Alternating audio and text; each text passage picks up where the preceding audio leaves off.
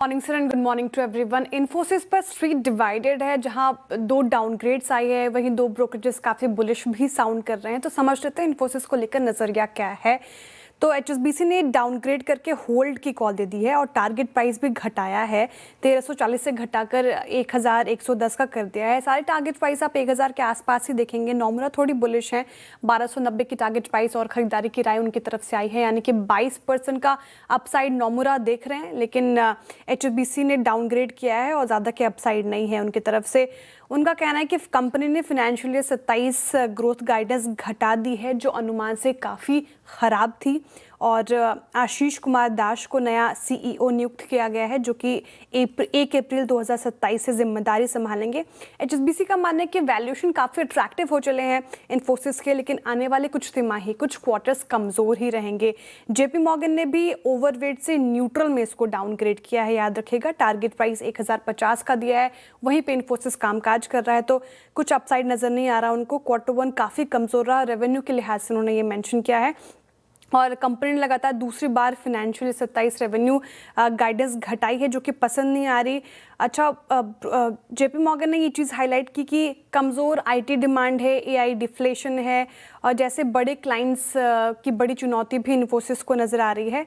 और साथ ही अगले 9 महीने में सीईओ ट्रांजिशन एक अहम ट्रिगर रहेगा इन्फोसिस के लिए, वहाँ पे नजर रहेंगे। अच्छा, सीएलएसए और नोमुरा क्यों पॉजिटिव है वो संक्षेप में रख देती हूँ। और सीएलएसए का मानना है कि रेवेन्यू ग्रोथ गाइडेंस कट थोड़ा निराशाजनक रहे हैं, लेकिन एबिट मार्जिन अनुमान से बेहतर रही है और ऑर्डर बुक भी मजबूत बनी हुई है इन्फोसिस के लिए, इसलिए वो पॉजिटिव है। सीएलएसए आउट परफॉर्मर की कॉल रख रहे हैं। नए सीईओ के आने वाले टाइम में एआई स्ट्रैटेजी क्या होगी, वहाँ पे नजरें रहेंगी और नई दिशा भी मिल सकती है इन्फोसिस की। और उन्होंने एक और चीज़ हाईलाइट की कि 45 साल के इतिहास में पहली बार ऐसा हुआ है कि किसी इंटरनल लीडर जो नॉन फाउंडर है उनको सीईओ बनाया गया है। नोमुरा भी काफ़ी पॉजिटिव है। उनका कहना है कि वैल्यूएशन काफ़ी अट्रैक्टिव है इन्फोसिस की, जिस तरीके से मल्टी ईयर लो पे खड़ा है, तो यहाँ पर खरीदारी करके चल सकते हैं। लंबी अवधि के नज़रिए से ये सारे अपग्रेड्स आए हैं। कुछ रिपोर्ट आई है इस पर, जेफरीज और सिटी की रिपोर्ट है, और दोनों ने ही बाय की जो रेटिंग है वो बरकरार कर रखी है लंबी अवधि की नज़र से, याद रखिएगा। और टारगेट प्राइस भी इनफैक्ट जेफरीज ने बढ़ाया है, 5380 की टारगेट प्राइस थे, उसको बढ़ाकर 5840 का कर दिया है। बड़ा अपसाइड नजर आ रहा है इंटरग्लोब एविएशन पर।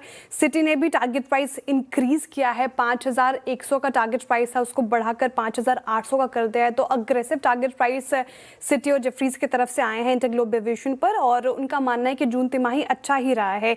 एटीएफ की ऊंची कीमतों का असर देखने को मिला, लेकिन यील्ड में मजबूती से कुछ हद तक इसका असर कम हुआ है। इंडस्ट्री में एयरक्राफ्ट की लिमिटेड सप्लाई आगे भी किराए को, यानी कि फेयर को सपोर्ट करेगी, जिससे फाइनेंशियल 28 की भी अगर आप बात करें तो अर्निंग्स में अच्छी रिकवरी की उम्मीद है, इसलिए पॉजिटिव है। सिटी ने भी कुछ हाईलाइट किए हैं पॉइंट। उनका कहना है कि डिमांड काफ़ी स्ट्रॉन्ग रही है और आगे चलकर ये स्टेबल रहेगी, और यहाँ पर मजबूत यील्ड ने जो ईंधन यानी कि फ्यूल की बढ़ती कॉस्ट का काफ़ी हद तक उसको स्टेबल किया है।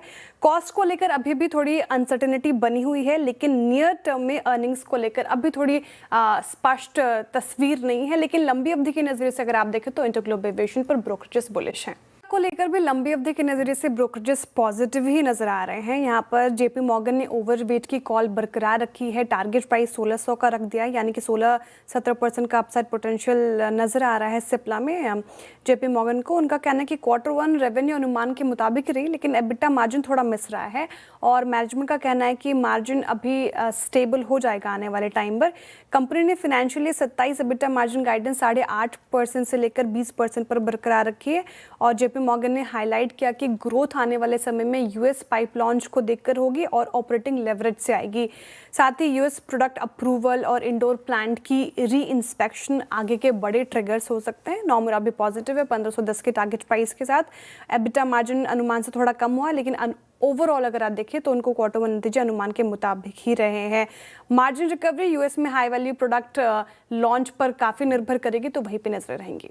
आशीष बाकी लेकिन स्टॉक अच्छे नतीजों के बाद, बुलिश ब्रोकरेज रिपोर्ट्स के बाद भी चलने का नाम नहीं ले रहा, लेकिन एचएसबीसी काफ़ी बुलिश है।